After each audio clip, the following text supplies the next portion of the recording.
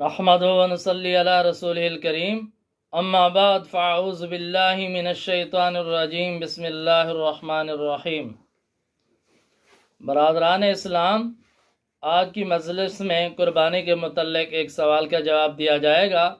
ایک سوال یہ ہے کہ قربانی کے لیے جو بڑے جانور ہیں جن میں زیادہ سے زیادہ 7 آدمی شریک ہو سکتے ہیں، تو ان میں 7 حصے شریک ہونا لازمی ہے یا ایک بڑے جانور کو 2 آدمی قربانی کر سکتے ہیں، 3 قربانی کر سکتے ہیں، 4 قربانی کر سکتے ہیں، 5 قربانی کر سکتے ہیں، 6 قربانی کر سکتے ہیں؟ تو اس کا جواب یہ ہے کہ یہ جو علماء حضرات نے لکھا ہے کہ بڑے جانور میں 7 حصے ڈالے جا سکتے ہیں، 7 آدمی شریک ہو سکتے ہیں، تو اس کا یہ مطلب نہیں ہے کہ 7 آدمی کا ہونا لازمی ہے، بلکہ بڑے جانور میں 2 آدمی بھی شریک ہو سکتے ہیں، 3 آدمی بھی شریک ہو سکتے ہیں، لیکن اس کی شرط یہ ہے کہ کسی کا حصہ 7ویں حصے سے قیمت میں، گوشت میں کم نہ ہو۔ یعنی اگر 2 آدمی ایک بڑے جانور کی قربانی کرنا چاہتے ہیں تو اس میں ایسا کر سکتے ہیں کہ ایک آدمی 1 حصہ رکھ لے اور دوسرا آدمی 6 حصے رکھ لے۔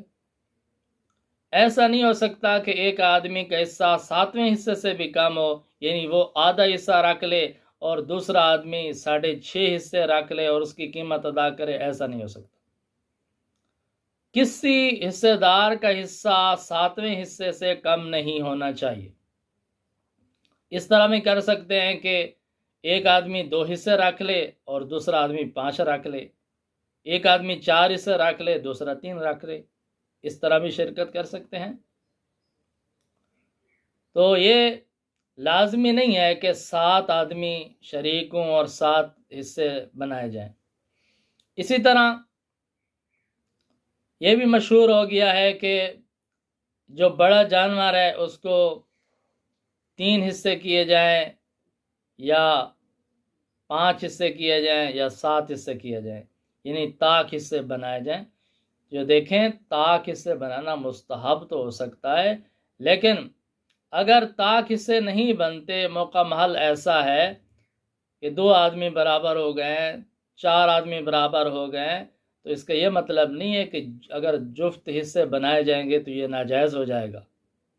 جفت حصے بنانے سے ناجائز نہیں ہوتا، یہ قربانی بھی جائز ہے۔ طاق عدد پسندیدہ عمل ہے، اس کو پسند کیا جاتا ہے، بہتر ہے کہ طاق عدد بنایا جائے۔ اگر کسی وجہ سے طاق عدد نہیں بن سکتا تو جفت عدد بنانے سے بھی ناجائز نہیں ہوتی قربانی۔ اگر 2 آدمی شریک ہو جاتے ہیں، 3 آدمی شریک ہو جاتے ہیں، 4 شریک ہو جاتے ہیں، 6 شریک ہو جاتے ہیں، تو یہ کوئی گناہ والی بات نہیں ہے، یہ شریعت مطہرہ میں منع نہیں ہے۔ تو 2 آدمی بھی اس میں شریک ہو سکتے ہیں، 4 بھی شریک ہو سکتے ہیں، 6 بھی شریک ہو سکتے ہیں، اور طاق عدد بھی شریک ہو سکتے ہیں، 3 شریک ہو سکتے ہیں، 5 شریک ہو سکتے ہیں، 7 شریک ہو سکتے ہیں۔ لیکن جو اصل اس میں شرط ہے وہ یہ ہے کہ کسی آدمی کے حصہ 7ویں حصے سے کم نہ ہو، یعنی 7ویں حصے کی جو قیمت بنتی ہے اس سے کم قیمت بھی نہ ہو، اور 7ویں حصے کا جو گوشت بنتا ہے اس سے کم گوشت بھی اس کو نہ دیا جائے۔ کم از کم 7واں حصہ ایک آدمی کا ہو، اور دوسرے آدمی یا 2 آدمی ہیں تو وہ آپس میں باقی حصے تقسیم کر لیں۔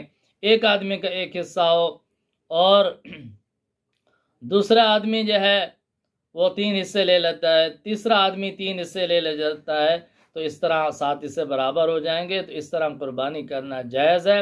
طاق عدد اس میں مقرر کرنا یہ مستحب ہو سکتا ہے، افضل ہو سکتا ہے، لیکن اس کا یہ مطلب نہیں ہے کہ اگر جفت آدمی شریک ہو جائے تو ناجائز ہو جائے گا۔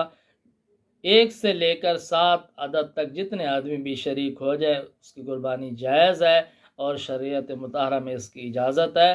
اللہ تعالی ہم سب کو شریعت نبی صلی اللہ علیہ وسلم کے مطابق عمل کرنے کی توفیق عطا فرمائیں، اور الحمدللہ یہ مسائل فتاوی محمودیہ سے بیان کیے جا رہے ہیں، جس کے مصنف ہیں حضرت مولانا مفتی محمود حسن گنگوہی رحمۃ اللہ علیہ۔ تو اس لیے حضرت کی کتاب سے یہ سوال کے جواب دیے گئے ہیں۔ اللہ تعالیٰ ہم سب کو عمل کی توفیق عطا فرمائیں۔ وآخر دعوانا ان الحمد للہ رب العالمین۔